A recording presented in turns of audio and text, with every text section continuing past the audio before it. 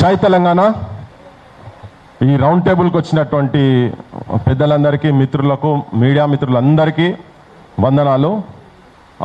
ఇంకా లేట్ చేస్తే సమాజానికి ఆల్రెడీ రాజ్యము తప్పుడు సమాచారం ఇచ్చేటువంటి ప్రయత్నం చాలా అద్భుతంగా, చట్టం ఉన్నోని సుట్టము కాదు అని నిన్న కేంద్ర మంత్రి బండి సంజయ్ కరీంనగర్లో చాలా గొంతెత్తి మాట్లాడింది. కానీ అధికారంలో ఉన్నోళ్లకు, పైసలు ఉన్నోళ్లకు, హోదాలలో ఉన్నోళ్లకు చుట్టమని చాలా క్లియర్గా గత వారం రోజుల నుంచి జరుగుతున్నటువంటి తతంగాలు చూస్తే ప్రజలకు అందరికీ అర్థమైంది. ప్రతి ఒక్కరికి మనసులో ఎవరిని ముట్టుకున్నా కానీ గింత ఘోరమా, గింత అన్యాయమా, ఒక బాలిక మీద అత్యాచారం జరిగింది అని చెప్పని తీసుకుపోయి తల్లి పిటిషన్ ఇచ్చేందుకు పోతే సాయంత్రం 6 గంటల నుంచి రాత్రి 12:45 వరకు పోలీస్ స్టేషన్లో కూర్చోబెట్టినరు. అప్పటికి కూడా ఏంది అక్నాలెడ్జ్మెంట్ ఇచ్చడానికి, అంటే ఒక కంప్లైంట్ తీసుకుపోయి పోలీస్ స్టేషన్ పోతే ఈ ప్రజాప్రభుత్వంలో దాదాపు 7 నుంచి 8 గంటలు, అది రాత్రి అయినా కానీ ఒక తెలంగాణ ఆడబిడ్డను, బతుకమ్మతో సమానమైనటువంటి ఆడబిడ్డను పోలీస్ స్టేషన్ల బాధతోని, ఇబ్బందితోటి అరిసి పట్టుకొని పోతే కూర్చోబెట్టేటువంటి పరిస్థితి ఇలా తెలంగాణ రాష్ట్రంలో ఉంది. అప్పటికి కూడా అక్నాలెడ్జ్మెంట్ ఇచ్చిన తర్వాత ఆ అక్నాలెడ్జ్మెంట్ గురించి కూడా 10 రోజుల నుంచి పోలీస్ స్టేషన్లో చుట్టూ తిరుగుతుంటే కూడా పట్టించుకోలేవారు. ఆఖరికి తెల్లారితే మోడీ వస్తాడు కనుక ప్రధానమంత్రి ముంగట సభలో పోయి నేను ఆత్మహత్య చేసుకుంటా, మీరు కేసు కూడా మళ్ళీ పొద్దుటి దాకా ప్రయత్నం చేసి ఆమెతో ఎట్లనే చేసి విడ్రా చేపిస్తాడుగా ప్రయత్నం చేసి ఒక దొంగ కేసు కరీంనగర్లో పెట్టించి మళ్ళా సంజయ్ కొడుకుతోటి కరీంనగర్లో బుక్ చేపించి అట్లా కూడా బెదిరించే ప్రయత్నం చేసినా కానీ వాళ్ళు వినలేదు. వినకుండా గట్టిగా కూర్చున్నారు. కానీ ఇప్పటికీ ఈ నిమిషం వరకు కూడా దాన్ని ఎట్లంటే గత 1-2 డేస్ నుంచి కొంచెం ఒత్తిడికి గురవుతున్నది రాష్ట్ర ప్రభుత్వము. కేంద్రంలో ఉన్నటువంటి బీజేపీ ప్రభుత్వము, రాష్ట్రంలో ఉన్నటువంటి కాంగ్రెస్ ప్రభుత్వము దొందే. అంటే ఇక్కడ ఉన్నటువంటి ముఖ్యమంత్రి, అది మనం తెలంగాణ సమాజం, దేశం మొత్తం చూసింది. ఎట్లెట్లా ఇగిలించుకున్నాడు, సక్కులగుల పెడితే ఎట్లా ఇగిలించుకుంటారు అట్లా ఇగిలించుకుంటారు అని ప్రధానమంత్రి మాట్లాడగానే ఈ ముఖ్యమంత్రి దండం పెట్టుకుంటా, నువ్వు మా పార్టీలకు వస్తావు, నువ్వు ఎక్కడికో పోతావు నాయన అంటే మరి ఏం బూటుపుటాని ఉన్నదో ఏందో మనకు ఎరకలేదు. లేకపోతే ఆయనకేమన్నా ఓటుకు నోటు కేసును బిస్కుతాం బిడ్డ అంటే చెప్పి ఈడ ఆ కేసును పక్కకు కూడా ఇచ్చే ప్రయత్నం చేసినారు. కానీ ప్రజల నుంచి విపరీతమైనటువంటి ఒత్తిడి వచ్చిన తర్వాత ఇదంతేటో పోతున్నది అని అప్పుడు మళ్ళీ సిట్ అని, అసలు సిట్టేసుడు ఎందుకో, ఇదంతా ఈ తతంగము, ఈ తమాషా మొత్తము ఇదంతా ఒక దిక్కు చేసుకుంటా. ఇప్పుడు ముఖ్యంగా దీన్ని ఇంత తొందరపడి పెట్టుడు ఏంటంటే, బండి సంజయ్ మొన్న మాట్లాడుకుంటా ఒక దిక్కు కార్యకర్తలు, నేను బీజేపీ జెండాను మోసిన, కాషాయ జెండాలు నా భుజం మీద వేసుకొని నేను నిజాయితీగా వచ్చిన జనమంతా కూడా, తెలంగాణ జనమంతా కూడా జనాన్నే నా అన్నలు అనుకున్నా, జనాన్నే నా తమ్ముళ్ళు అనుకున్నా, జనాన్నే నా కుటుంబ సభ్యులు అనుకున్నా, నా అక్కలు అనుకున్నా, చెల్లెలు అనుకున్నా అని ముచ్చట చెప్పుకుంటేనే నా కొడుకు తప్పు చేస్తే ఏ శిక్షకైనా శిక్ష పడేది ఉంటే దేనికైనా కానీ పడాల్సిందే, చట్టం ముంగట ఎవరు అతిథులు కాదని చెప్పుకుంటూనే ఏం మాట మాట్లాడంటే ఒక్కొక్కరిని చూడు గుర్తుపెట్టుకొని ఒక్కొక్కరిని సంగతి చూస్తా, ఒక్కొక్కరిని అంతు చేస్తా అని దేవునికి సంబంధించినటువంటి సభల, అది ఒక హనుమాన్ జయంతి నాడు దేవుని గురించి, భగవంతుని గురించి మాట్లాడే కాడ ఆయన ఒక చునౌతి చేస్తున్నాడు చిట్కెలు పెట్టి. ఎవరిని వదిలిపెట్టా ఒక్కొక్కరిని సంగతి చూస్తాను. ఓ దిక్కు తప్పు జరిగిందని ఒప్పుకుంటూనే మళ్ళా భయపెట్టించే, బెదిరించేటువంటి ప్రయత్నం చేస్తా ఉన్నాడు. సో ఎవరిని భయపెట్టిస్తున్నాడు ఈయనే? అసలు ఈ తెలంగాణ అంటేనే త్యాగాల నేల. సావుకి కూడా భయపడ్డాడు, నీయసుంటాడు, మస్తు మందిని చూసిపోయారు, ఇట్లా అవలగాలని వచ్చిన మంది చూసుకుంటూ పోయారు. మళ్ళీ మాట్లాడుకుంటేనే ఇప్పుడు ఈడ బొమ్మ పెట్టేటప్పుడు కూడా అనుకున్నాం ఆయన బొమ్మ పెట్టాలనా లేదా అని. కానీ బొమ్మ ఇద్దరు కలిపి పెట్టుడు ఎందుకంటే, ఒక కేంద్ర మంత్రి స్థానంలో ఉండి ఆ కుటుంబము వాళ్ళ బాధలు చెప్పుకుందామని ఇంటికి పోతే, ఆ తల్లిదండ్రి, ఆ మైనర్ బాలిక తల్లిదండ్రి ఇంటికి పోతే, నేను ఒక సెంట్రల్ మినిస్టర్ను, నాతో మీరు పెట్టుకొని మీరు ఈ భూమి మీద ఉండగలుగుతారా?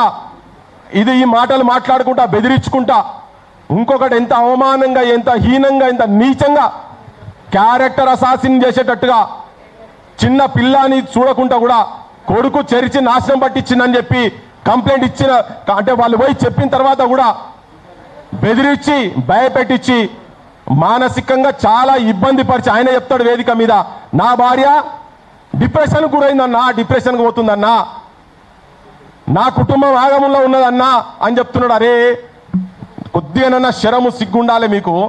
మీరే ఉల్టా చోర్ కోతవాళ్ళు ఎక్కున్నది ముచ్చట. ఈయననే వీళ్ళే వాళ్ళని ఇబ్బంది పెడతారు, వీళ్ళే వాళ్ళను నీచంగా హీనంగా మాట్లాడతారు. అంటే నేను సభ్య సమాజానికి చెప్పలేనటువంటి పదాలు ఎక్కడెక్కడ తిరిగినవో యాడాడ ఉన్నవో ఇట్లా ఈ రకంగా మాట్లాడినట్ట బండి సంజయ్ వాళ్ళు పోతే వాళ్ళ తల్లిదండ్రి పోయినప్పుడు. ఇదే మీడియాకు సంబంధించినటువంటి ఒక సంగప్ప అనే ఒక విధవ V6లో ఇంత ముందుండే అతను బ్రోకర్గిరి చేసిండు, మధ్యలో చేస్తే పట్టుకపోతే ఈ మాటలు వాళ్ళు మాట్లాడితే ఆ పిల్ల నేను కానీ నాకు న్యాయం జరగాలి, ఇది ఎక్కడిది నన్ను ఇంత ఘోరంగా మాట్లాడి ఎక్కడిది నన్ను వాడుకొని ఆగం పట్టించి 10వ తరగతి పాస్ కాగానే +2కు లండన్కు పోతా, నేను లండన్లో చదువుకుంటా అని మొత్తం ఎంతో డ్రీమ్స్లో ఉన్నటువంటి ఎన్నో కలలు కన్నారు, ఆ కుటుంబం కలలు కన్నది, ఆ పిల్ల కలలు కన్నది. నేను బయట దేశం పోతా అంటే మొగ్గ స్థాయిల్నే పువ్వు పూయక ముందే కాలుతోని తొక్కి పడేసారు కామాంధులు.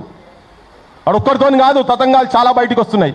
ఇవన్నీ జరుగుతుంటే ఇది ఒక పక్కకి జరుగుతుంటే గవర్నమెంట్ అసలు రేవంత్ రెడ్డి ఈయన ఏం ముఖ్యమంత్రి అసలు నిజంగా చెప్పాలంటే తెలంగాణలో ప్రెసిడెంట్ రూల్ పెట్టాల్సిన అవసరం ఉన్నది, వెంటనే బర్తరఫ్ చేయాలి గవర్నమెంట్ను.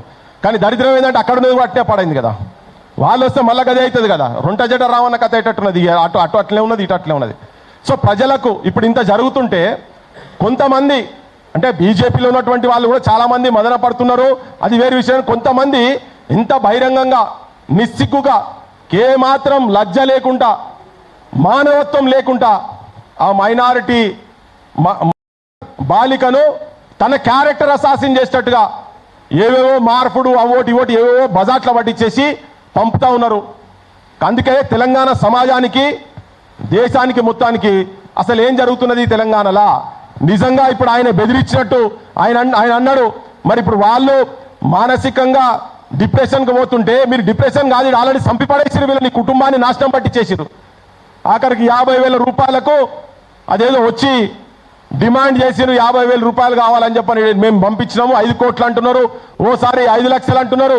ఇట్లా ముచ్చట పెట్టి జనానికి ఏంటంటే వీళ్ళు ఏదో పైసల గురించి పోయిన వాళ్ళు లెక్క 100 కోట్లు ఉన్నాయి వాళ్ళ దగ్గర.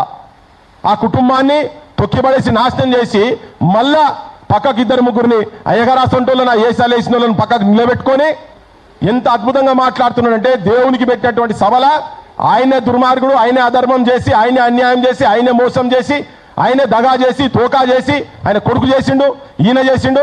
బయటికి వచ్చి లాభ లక్ష్మణ జానకి జై బోలో హనుమానికి అని నినాదాలు ఇప్పిస్తున్నాడు. ఇది జనాలు అని తింటున్నాం, జై శ్రీరామ్ జై శ్రీరామ్ అని. శ్రీరాముడు చెప్పినాడా నీకు ఈ పనులు చేయమని, చెత్త పనులు చేయమని చెప్పి? మర్యాద పురుషు రామ్ ఇవన్నీ ముచ్చట్లు చెప్పి కానీ చెప్పిండా? నీ ఆ సొంటలు అనుకుంటే ఆ శ్రీరామచంద్రుడు ఉండేది ఉంటే ఆ బాణం ఉండేది ఉంటే ఛాతికెళ్ళి గుండెలకెళ్ళి తీసి అవతల పడేస్తుండే. నిజంగానే కనుక రాముడు అంటాడు ఆ గవర్నమెంట్లో ఎవడన్నా ఉండేది ఉంటే ఇప్పటికైనా తీసుకోపోయి ఇంట్లో కాదు బొక్కల వరేయాలి. బండి సంజయ్ని కూడా బొక్కల వరేయాలి, ఒక కొడుకుని కాదు. ఎందుకు బొక్కల వరేయాలంటే ఇంటర్నల్గా వాళ్ళ తల్లిదండ్రులను బాలిక తల్లిదండ్రిని బెదిరించడే కాక యావత్ సమాజాన్ని ఇలా మనందరినీ రాక్షసులట మనమందరం. వాడు అంటాడు, బండి సంజయ్ వాడు అంటాడు, రాక్షసులందరూ మన వెంబడి పడుతున్నానా, మా కుటుంబం వెంబడి పడుతున్నానా అని. అరే నువ్వు చేసిన ఈ పిశాచులు కూడా చేయరు అయ్యా, నీ కొడుకు చేసినాయి నువ్వు చేసిన కథలకు పొద్దున్న లేస్తే నీ భాష ఫాల్తుగాన్లు, హౌలగాన్లు, దివానగాన్లు, వీనికి వాడు పుట్టిండా వానికి వీడు పుట్టిండా, ఇటువంటి విధవలు భారతదేశంలో ఒక అద్భుతమైనటువంటి పోర్ట్ఫోలియోకు మంత్రిత్వ శాఖకు, హోం మంత్రిత్వ శాఖకు రక్షకుడే భక్షకుడు అంటే ఇట్లనే ఉంటుంది. మరి ఆ పిల్లగాని మొత్తం తతంగాలు చూస్తే ఇంతకుముందు కూడా మనం చాలా చూసినాం, ఉదంతాలు చూసినాము. కాలేజీలో పొంట పోయి రూమ్లో పొంట పోయి అయ్యా మంత్రి అని చెప్పి మిస్యూజ్ చేసుకుంటా దెబ్బలు కొట్టుడు, ఇవాళ బయటకు వచ్చి ఏదైతే వార్నింగ్ ఇస్తుండో ఈ వేదిక మీదకి వెళ్ళి మనము వీళ్ళందరినీ పిలిచిన కొంతమంది వస్తూ ఉన్నారు, తొవ్వలు ఉన్నారు, కొంతమంది బీజేపీ ఆఫీస్ దగ్గర ఉన్నారు, కొంతమంది వేరే ప్రెస్ కాన్ఫరెన్స్లో ఉన్నారు, విమలక్క వీళ్ళందరూ కూడా వస్తున్నారు, సంధ్యక్క వాళ్ళందరూ కూడా వస్తున్నారు. మనం ఇక్కడి నుంచి తెలంగాణ సమాజానికి ఆ కుటుంబానికి ఇప్పుడు మనందరూ రాక్షసులం అట. మరి రాక్షస సైన్యము నిజంగా రాక్షస సైన్యమా? వాళ్ళు శ్రీరామచంద్రుడి వారసులా, మనం శ్రీరామచంద్రుడి వారసులమా? బోన్లల్లా జైళ్ళల్లా ఎవడు ఉండాలనేది సమాజానికి చెప్పేటువంటి ప్రయత్నమే ఇక మేము అనుకొని సీను మేము అందరం అనుకొని పాశంకులు మేము రఘు అందరం కలిసి అనుకొని ఈ మీటింగ్ పెట్టి కూర్చొని దీని ద్వారా జనానికి ఒక మెసేజ్ ఇవ్వదలుచుకున్నాం. మేము ఉన్నాం, ఈ కుటుంబానికి అండ ఉన్నాం. మీ అసొంటోళ్ళు ఈ చెత్తలు కరీంనగర్ ప్రజలకు నేను మాట్లాడేటప్పుడు ఇంకా చాలా విషయాలు చెప్తాను నేను. కానీ ఇటువంటి విధవలకు మీరు ఓట్లేసి పంపిస్తే ఏ ఇంట్లో కూడా ఏ ఆడబిడ్డలకు కూడా ఎవరికి కూడా రక్షణ ఉండదు. ఇప్పుడే డిసైడ్ చేసుకోవాలి, జనం కూడా డిసైడ్ చేసుకోవాలి. ఒక రాజకీయ అనిశ్చితి తెలంగాణలో ఉన్నది. ఎక్కడన్నా అధికార పక్షపోడు ప్రతిపక్షపోడు ఇద్దరు కలిసి ఉన్నది చాలా అరుదుగా చూస్తాం. అది ఎక్కడ ఉదాహరణ చూడాలంటే మాత్రం ఇలా తెలంగాణకు వస్తే క్లియర్ కనబడుతుంది. రేవంత్ రెడ్డి, ఆర్ఎస్ బ్రదర్స్ అని జనమే పేర్లు పెట్టిన వాళ్ళకు రేవంత్ అండ్ సంజయ్ ఇద్దరు కలిసి ఇప్పటికీ ప్రయత్నం చేస్తున్నారని ప్రజల నుంచి ఎప్పుడైతే తిరుగుబాటు వచ్చిందో ఇవాళ వాళ్లకు కేసులు పెట్టక తప్పలేదు. ఇవాళ యాక్చువల్గా బెయిల్ వచ్చేటందుకు జ్యుడిషియరీని కూడా మేనేజ్ చేసే పరిస్థితి తీసుకొచ్చి పెట్టిండ్రు. ఇలా జ్యుడిషియరీ గురించి మాట్లాడుతున్నా అనుకున్నారు. ఇలా నోట్ల కట్టలతోని జడ్జిల ఇళ్లలో నోట్ల కట్టలు దొరుకుతున్నాయి. చాలా జడ్జిమెంట్లు, ఈవెన్ నిరుద్యోగులకు సంబంధించిన జడ్జిమెంట్లు కూడా ఎట్లా వచ్చినాయో మనకు అందరికీ ఎరికే. నిరుద్యోగులను అడిగితే దాని మీద ఓ గ్రంథాలు చెప్తారు వాళ్ళు ఏ టైంలో ఎట్లా జరిగింది అనే సంగతి. అందుకని అన్నింటిని మేనేజ్ చేసే ప్రయత్నం చేస్తూ ఉన్నారు. కాబట్టి ఆల్రెడీ గవర్నమెంట్లో రెండు కలిస్తున్నాయి. కానీ ఇలా ప్రజలుగా మనం ఆ కుటుంబానికి అండగా ఉండాలి. ఇటువంటి దుర్మార్గులను శ్రీరామచంద్రుని పేరు చెప్పుకొని ప్రజలను, వాస్తవాలను, నిజాల గురించి నిలబడేటువంటి వ్యక్తులను రాక్షసులను చెప్తున్నాడు కదా, అటువంటి వాళ్ళను ఈ పిశాచులు, రాబందులు, ఈ క్రూరులు, ఈ మృగాలు, బండి సంజయ్ ఒక మృగాన్ని సమాజానికి ఎట్లా మృగం అవుతాడో ఏందో అనేది కూడా ఇది అసలు వాస్తవాలు ఏంటి, ఫ్యాక్ట్స్ ఏంటి, వాళ్ళు ఎక్కడ మభ్య పెడుతున్నాడు, ఎక్కడ కప్పిపుస్తున్నారు, ఈ గుండాల భాష ఏంటిది, ఈ చంపుడు భాష ఏంటిది, ఈ అంతం చేస్తామనేటువంటి లాంగ్వేజ్ ఎక్కడికి వెళ్ళి వచ్చింది, ఏ శ్రీరామచంద్రుడు ఎక్కడ చెప్పిండు, మీరు ఏ గ్రంథాలలో ఉన్నాయి ఇవన్నీ, హిందూ మత ముసుగులా మీరు చేస్తున్నటువంటి లంగ పనులు. అసలైన హిందువులము ఈ భారతదేశ సంస్కృతిని, సాంప్రదాయాలను, ఆచారాలను, కట్టుబాట్లను ఇక్కడ అన్ని కాపాడే నిజమైన హిందువులం ఇక్కడ కూర్చొని ఉన్నాం. ఇలా నిన్ననే చెప్పిండు సుప్రీంకోర్టు జడ్జి చెప్పిండు, హిందుత్వం అంటే అదొక వే ఆఫ్ లైఫ్ అని, ఒక జీవన విధానం అని. ఆ జీవన విధానాన్ని గుండెలలో నింపుకున్న వాళ్ళందరం ఇక్కడ ఉన్నాం. నువ్వు చెప్తున్నటువంటి రాక్షస జాతి ఏది ఉన్నారో అసలైన హిందువులం మేము, మీరు నకిలీ గాళ్ళు, మీరు డూప్లికేట్ గాళ్ళు, దొంగలు మీరు.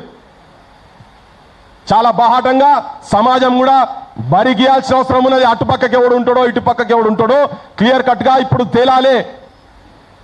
సంపే భాష మాట్లాడుతారు, వెంటనే ఆయనను మంత్రి పదవి నుంచి తీసిపడాలి, లేకపోతే ఈ బురద మొత్తం బీజేపీ గవర్నమెంట్ కు, నరేంద్ర మోడీ కూడా తగులుతుంది. అరే ఎట్లా పోక్సో అందరికి ఇదే న్యాయం జరుగుతుందా? ఈ చట్టం కింద పెట్టిందే, ఆ చట్టం పెట్టిందే ఇటువంటి క్రిమినల్ నా కొడుకుల గురించి పెట్టిండ్రు. కానీ ఇన్ని రోజుల తర్వాత కూడా ఇంకా ఆయన మేళ్లు పెడుతుందట, గవర్నమెంట్కు ఆయన మేళ్లు పెడుతుండు. డీజీపీ అంటే ఆయన మాట్లాడతాడు, ఎంత వాస్తవమో తెలియదు. కానీ పోలీసు వాళ్ళంతా ప్రధానమంత్రి సెక్యూరిటీ కార్డు ఉన్నారండి. పుర్యం ఇది ఎక్కడ ఆయన ఏం మాటలు మాట్లాడుతున్నారు ఇవన్నీ. సో ఇప్పటిదాకా వీళ్ళు రక్షించే ప్రయత్నం చేసిండ్రు. ఒక దుర్మార్గుణ్ణి, ఒక నీచుణ్ణి, ఒక కిరాతకుణ్ణి, ఒక కసాయిగాన్ని. నేను చాలా హార్ష్ పదాలు వాడుతున్నా, నేను కూడా చాలా స్ట్రాంగ్ మెసేజ్ జనంకి ఏదలుచుకున్నా. జనం ఎటు పక్కకుంటాడు, ఎందుకు కసాయి, ఎందుకు నీచుడు, అభంశువం తెలుగుని ఒక చిన్న పిల్లను తన ఫ్యూచర్ ఎక్కడో బయటి దేశాల్లో పోయి చదువుకుంటా అని చెప్పి డిసైడ్ అయిన పిల్లను ఫస్ట్ పరిచయం పేరుతోటి, తర్వాత మంచిగా ఉన్నదని చెప్పి కళ్ళు పడి కామాంధులు లెక్క ప్రేమాన్ని వెంటబడి, కాదు అని అంటే పెళ్లి చేసుకుంటా అని చెప్పని ఎంబడిపడి ఆఖరికి ఏమేం చేసిండు అంత సమాజానికి అంత తెలుసు. అంత చేసినాక పెళ్లి చేసుకుంటా, నీ ఇంటికి వస్తా, నా ఇంటికి వస్తా అని అందరిని తీసుకుపోయి అడ్డి తిప్పి ఇవాళ అవే ఫోటోలు పెట్టి సమాజంలో తిప్పుతున్నాడు. క్యారెక్టర్ అసాసిన్ చేస్తున్నాడు ఆ పిల్లను. బేస్ మెచ్చుకోవాలి నిజంగా. సమ్మక్క సారక్క వారసురాలు, రాణి రుద్రమదేవి వారసురాలు, సాకలైలమ్మ వారసురాలు కనుక ఆ తల్లి పోయి పోలీస్ స్టేషన్లో కూర్చున్నది. నువ్వు పెడతావా, చర్య తీసుకుంటావా లేదంటే మామూలు విషయం కాదు. పెద్ద పర్వతాన్ని గడ్డపార పెట్టి కొడుతున్నట్టుగా ఇప్పుడు వాళ్ళు బండి సంజయ్ని ఎదురించేందుకు. ఇంత జరిగినాక కూడా నిర్లజ్జగా, నిస్సిగ్గుగా వేదికల మీదకి ఎక్కి ఉల్టా డాగులు బెదిరిస్తున్నాడు చూసినావా. దాన్ని తెలంగాణ సమాజం మొత్తం ఖండించాల్సిన అవసరం ఉన్నది, వీళ్ళ పక్షాన నిలబడాల్సిన అవసరం ఉన్నది. అందుకే మేమిడ ఉన్నాం. తెలంగాణ సమాజాన్ని మొత్తం ఒక్కటి చేద్దాం. ఇటువంటి దుర్మార్గులను రేపు రాజకీయంగా భూస్థాపితం చేయాలి. వీళ్లకు మంత్రి పదవులు కాదు, తీసుకుపోయి బొక్కల వారేయాలని చెప్పిన డిమాండ్లతోటి మేము లాస్ట్కి వచ్చే వరకు అన్ని డిమాండ్లు పెడతాం. ఈ లోపల నేను మధ్యలో మాట్లాడుతుంటా. ఈరోజే ఆర్టికల్ రాసిండు మా పసునూరి రవీంద్ర అన్న, స్పందించి ఆ బాధిత కుటుంబానికి ఎట్లా అండగా ఉండాలి, ఏం చర్యలు తీసుకోవాలనే దాని విషయంలో తనను కూడా ఒక 2 నిమిషాలు మాట్లాడవలసిందిగా కోరుతున్నా. Thank you.